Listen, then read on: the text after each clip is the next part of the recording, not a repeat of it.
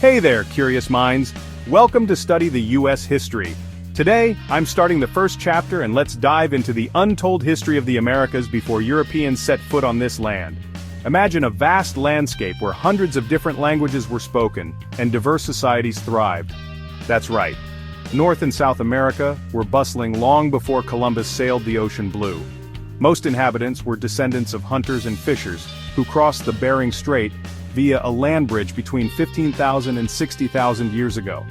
Yes, that's a huge range, and archaeologists are still debating the exact dates. Some others might have even arrived by sea from Asia or Pacific Islands. Around 14,000 years ago, glaciers started melting, submerging that land bridge and separating the Western Hemisphere from Asia. But history here didn't start with the Europeans. The New World was ancient for its native residents. People spread across the Americas, reaching the tip of South America about 11,000 years ago. As the climate warmed, they faced a major food crisis, with the extinction of mammoths and giant bison. Around 9,000 years ago, agriculture started flourishing in present-day Mexico and the Andes. Around the same time, it was emerging in the Near East. This made settled civilizations possible. Across the Americas, maize, squash, and beans became agricultural staples. However, unlike in the Old World, the absence of livestock limited farming practices. No plowing fields or natural fertilizers here. So, next time you think about the Americas, remember it was a land of rich and diverse civilizations long before Europeans arrived. When Europeans arrived, North and South America contained cities, roads, irrigation systems, extensive trade networks, and large structures such as pyramid temples, whose beauty still inspires wonder.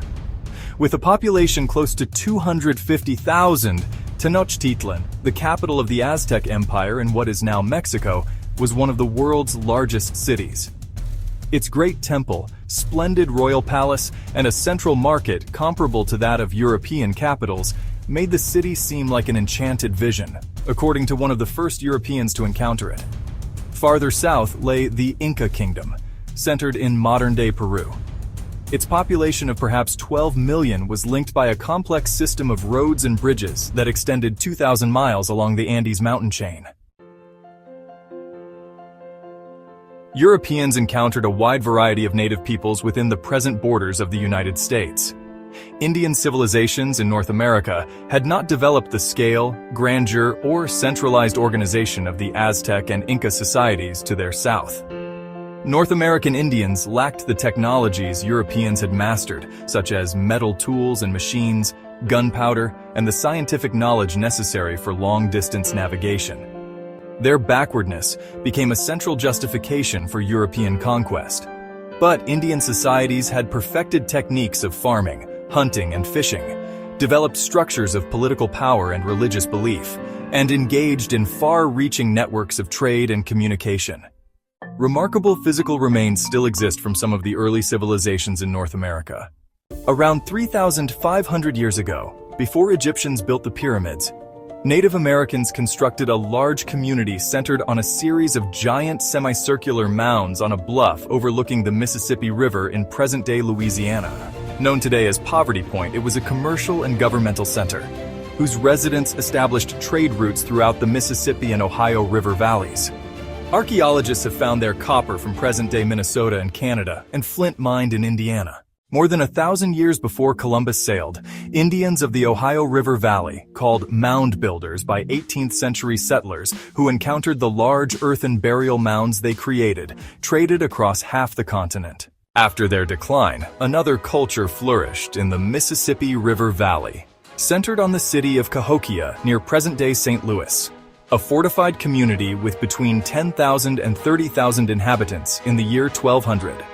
Its residents, too, built giant mounds, the largest of which stood 100 feet high and was topped by a temple.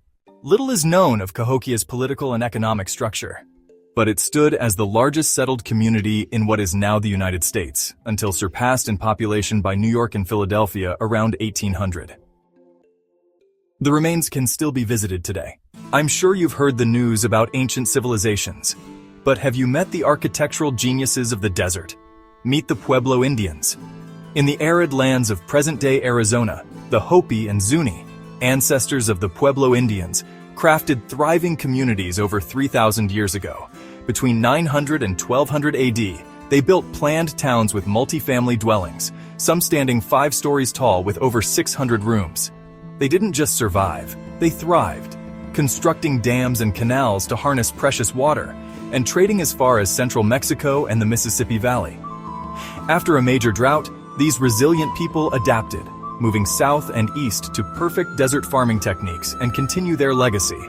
The Spanish called them Pueblo Indians, but we call them ingenious architects of the desert.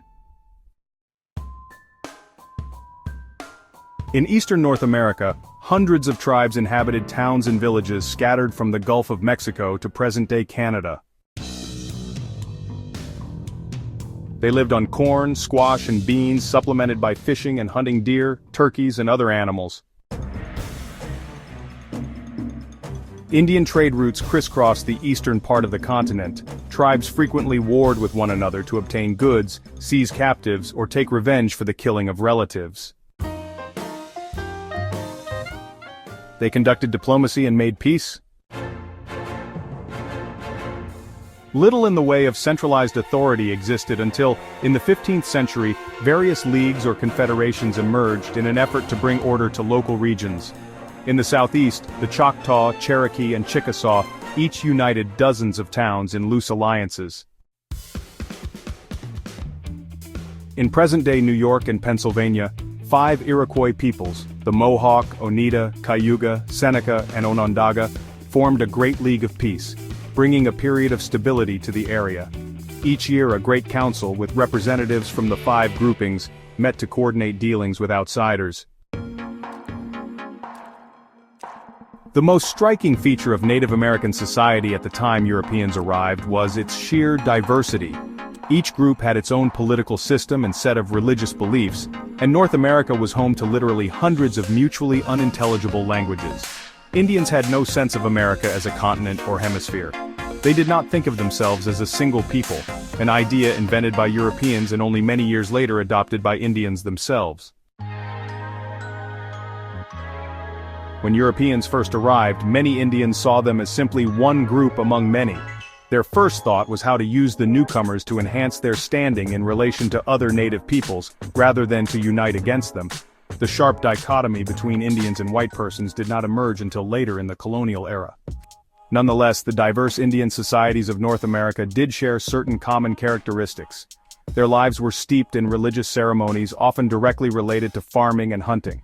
Spiritual power, they believed, suffused the world, and sacred spirits could be found in all kinds of living and inanimate things, animals, plants, trees, water, and wind, an idea known as animism. Through religious ceremonies, they aimed to harness the aid of powerful supernatural forces to serve the interests of man. In some tribes, hunters performed rituals to placate the spirits of animals they had killed. Other religious ceremonies sought to engage the spiritual power of nature to secure abundant crops or fend off evil spirits. Indian villages also held elaborate religious rites, participation in which helped to define the boundaries of community membership. In all Indian societies, those who seemed to possess special abilities to invoke supernatural powers, shamans, medicine men, and other religious leaders, held positions of respect and authority. Indian religion did not pose a sharp distinction between the natural and the supernatural, or secular and religious activities. In some respects, however, Indian religion was not that different from popular spiritual beliefs in Europe. Most Indians held that a single creator stood atop the spiritual hierarchy. Nonetheless, nearly all Europeans arriving in the New World quickly concluded that Indians were in dire need of being converted to a true Christian faith.